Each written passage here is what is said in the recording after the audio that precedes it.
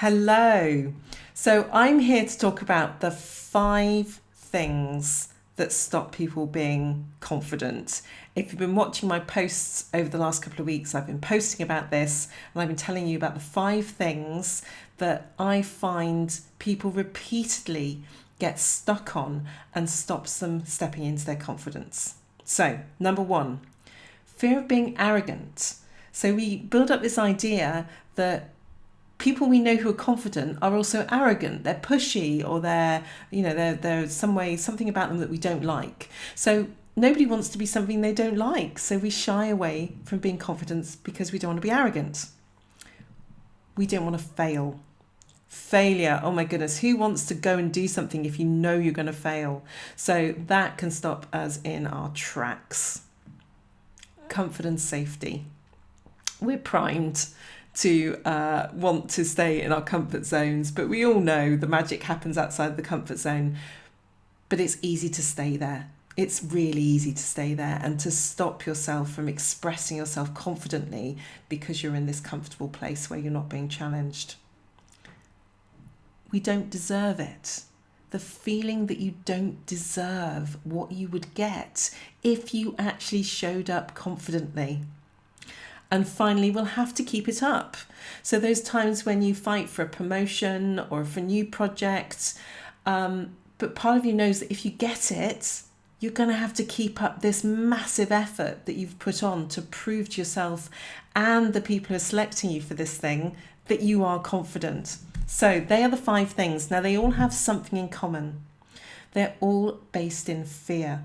Fear of being arrogant or something we don't like, fear of failure, fear of stepping out of that nice comfy zone, fear of whether we're deserving, and that fear of having to keep up that effort, keep up that pretense. So what can we do? Well, what we normally do, what we tend to do as humans, is we try and override the fear. So we bombard our conscious thoughts with all the reasons why the fear isn't true. And we give ourselves a little internal pep talk. Now that can work, but if your unconscious mind is still worried that you're going to come across as arrogant, or you're going to fail, or you're not going to be able to keep this up, that is only a temporary boost.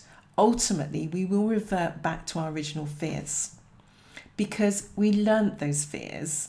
We learnt them, they're committed to our unconscious mind, and our unconscious mind will keep replaying them because its job is to keep us safe. And fears are its number one mechanism to keep us safe.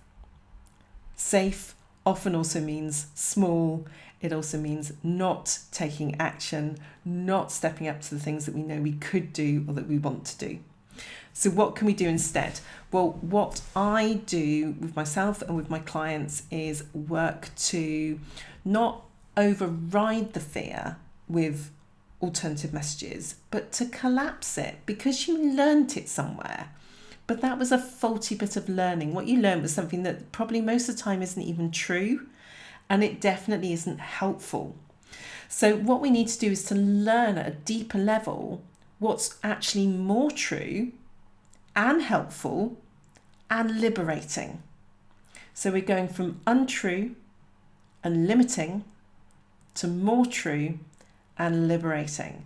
So that is a lot of what I do with clients, is identifying what they think now and understanding where that came from and developing more liberating, true and empowering beliefs instead. And when our beliefs change, it becomes easy to show up confidently because that's what we believe we are. We're not even having those thoughts to try and override. So I just wanted to kind of, bring together those 5 things. They are all fears. When we're not taking action, when we're not showing up confidently, it's almost always based in fear. And yes, we can give ourselves a pep talk, but if you really want to quash those fears, then it's about relearning something that's liberating, true, and empowering.